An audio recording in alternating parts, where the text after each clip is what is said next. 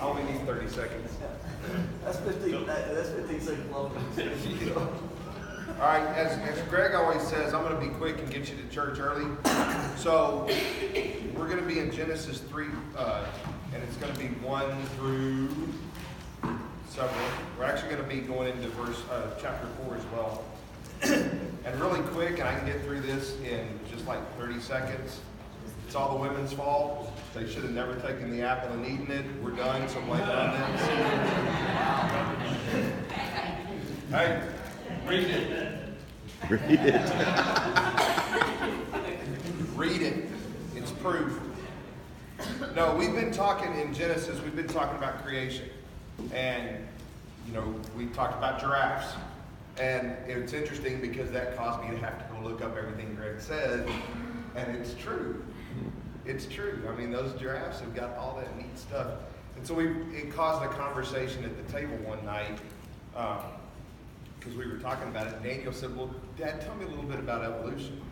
I mean, do we come from monkeys? And I said, son, it's even better than that. And he said, what do you mean it's better than that? I said, well, the monkeys had to come from someplace because monkeys weren't created monkeys. I said, so we came from this little amoeba floating around, according to creation, or according to evolution. We came from a little amoeba floating around in some pond somewhere that evolved into something, that evolved into something, that evolved into something, and then that evolved into monkeys and giraffes and all. And I'm like, he goes, Dad, really? That didn't even make sense. And I said, good, stay that way. But today, so we've talked about creation. We've talked about God, creating the world and everything that went into that. And so today we're going to actually talk about the fall. And you can point fingers at Eve if you want to. But studying this, and then actually a phone conversation with my dad yesterday, because I had to update him on everything that's going on at Walmart, and I can tell you about that later. But I told him, I said, hey, listen, the lesson doesn't go here. But I'm thinking about kind of going off reservation a little bit. And Dad goes, oh, Lord. And I said, it's not bad, Dad. It's actually, I got this through study. And he goes, okay, well, let's talk. And so I said, you can point fingers at Eve for what she did. You can't. And Dad said, yeah. And I said, but shouldn't you really point more fingers at Adam? Yes. And Dad goes, so Dad, you notice that jumped out there a little bit. Always blame other men. But I said, he goes, okay, tell me where you're going with this. And so I'm going to tell you a little bit. So let's, I need somebody to, first thing, and I know Greg hit on this the other day, and guys, I'm just going to be honest with you. I know that there are people in the room who are Fox News supporters because that goes along with the belief system that you have. They're a conservative news network. But if you think they're telling you the absolute truth, I got news for you. And so you can sit there and say, well, I don't watch WFAA, or I don't watch CBS, or I definitely don't watch Fox 4. Because they're slanted in what they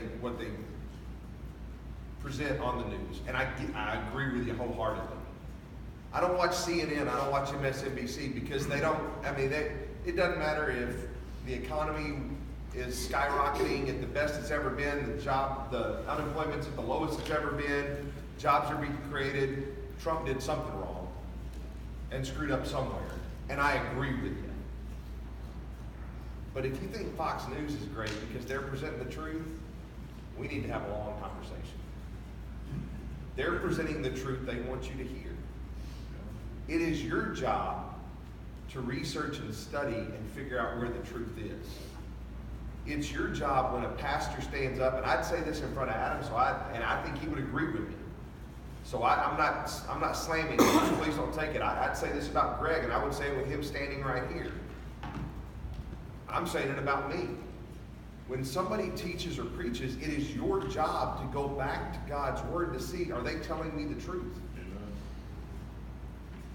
How do people, prosperity preachers, as Adam talked about last week, faith healers, how do they get so popular? How do people follow them? And in essence, worship them the way that they do. Because if you read the Bible doesn't say, if you pray this way, you're going to get $1 million. Or if you send somebody $100 in order to get the little prayer cloth, you're going to be rewarded tenfold. What it says is if you trust in God, and that's not always going to be good stuff. Look at the disciples. They believed in Jesus. They followed Jesus. They preached about Jesus. What happened to them? All but one of them were killed. And the one that wasn't was exiled on an island basically by himself. So it's not great stuff, but you've got to get in and study and realize, what does God say about this stuff? And so it was interesting reading, because we do, when we talk about the fall, we want to point fingers at Eve. Had it not been for a woman, if you wouldn't have created a woman, none of this would have happened. We'd have had a great world. Well, no, we wouldn't. Because it'd just be all us men. And there'd be a whole bunch of stuff fixed wrong because we'd never read any instructions. So, but let's get into it. So somebody read chapter 3, verses 1 through 7. Now the serpent was more crafty than any beast of the field which the Lord God had made. And he said to the woman, Indeed, as God said, you shall not eat from any tree of the garden? And the woman said to the serpent, From the fruit of the trees of the garden we may eat, but from the fruit of the tree which is in the middle of the garden, God has said, You shall not eat from it or touch it, lest you die. And the serpent said to the woman, You surely shall not die. For God knows that in the day you eat from it, your eyes will be opened, and you will be like God, knowing good and evil. When the woman saw that the tree was good for food, and that it was a delight to the eyes, and that the tree was desirable to make one wise, she took from its fruit and ate. And she gave also to her husband with her, and he ate.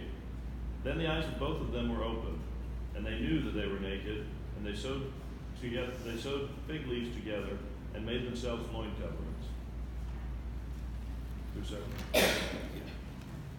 So my first question, why did the serpent go to Eve? Why did he go to Eve? Because she can actually hear God's words. That's right. directly God to told her. Adam not to eat. That's exactly right. Whose job was it to tell Eve? Adam. Did Adam do that? Well, We don't know. We don't know. I mean, we can't answer that. No, he didn't. We don't know. He may have. He may not have done as good a job as what he should have done. He may not have told her anything. But it doesn't say in the Bible, so I'm not going to speculate. I'm not going to say, not even say a word to her. He obviously did say something to her because she responded. She said, we've been told not to eat from this tree. Because if we do, we're going to die. You know, how many times I remember when the kids were little, you know, you talk about the stove. You put your hand up there, it's going to burn your hand off. Is it really going to burn their hand off? No, it's going to burn them, I agree. But is it going to burn their hand off? No. You know, and so how did Adam put it? Hey, see that tree over there? Don't touch it, don't look at it, don't eat it, because if you do, you're dead. Who said? God did. You're going to die. You don't know. We do know that she was told something because she responded. The serpent, Satan, is going to hit you at your weakest area, and he knows what that is. He knows exactly where that is and what that is. So he's going to hit you there. So he went to Eve for a purpose. She's not the responsible party. I don't mean that ugly. I don't mean that as a slam on women. She is not the responsible party. Adam was. If Satan would have gone to Adam and said, hey, look at this, man. Doesn't it look good? Take a bite. We were told not to. Really? What were you told? We were told that if we eat from this, we're going to die. You're not going to die. Listen, dude. God told me we were going to die. I heard it. He said it. He was with me. He knows. He's firsthand knowledge. He wasn't. And it is a little apparent Adam didn't do a very good job of relaying that message. Let's go to point number 2. Who was standing there when Eve ate of the fruit? Adam. Dan, you even put it, when you read it, and I love the way you did it. It said, and Dan read it just like this, and she gave it to her husband who was with her, and he ate. He could have stepped in and said, whoa, whoa, whoa, whoa, whoa. Nuh-uh. God told me that we were not to eat from this tree. God told me that if we did, we would die. Eve, back up. I just have one observation. Don't go there. No. I'm gonna let him go there. No, this is one observation. What Switch, if- hang on 1 second. Okay. Switch the video because I want to get this when Billy packs back in. Okay, so the observation is this right here. Let's do a what if. What if Adam had said no? Then all women could have had exactly what they always say they want, the perfect man.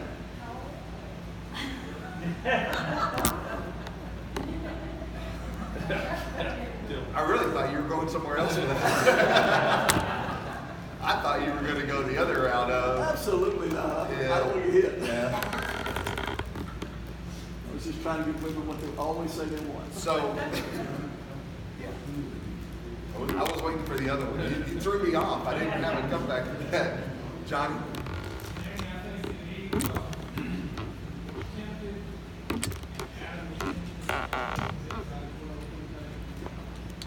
I'm with you on that, Johnny. I am.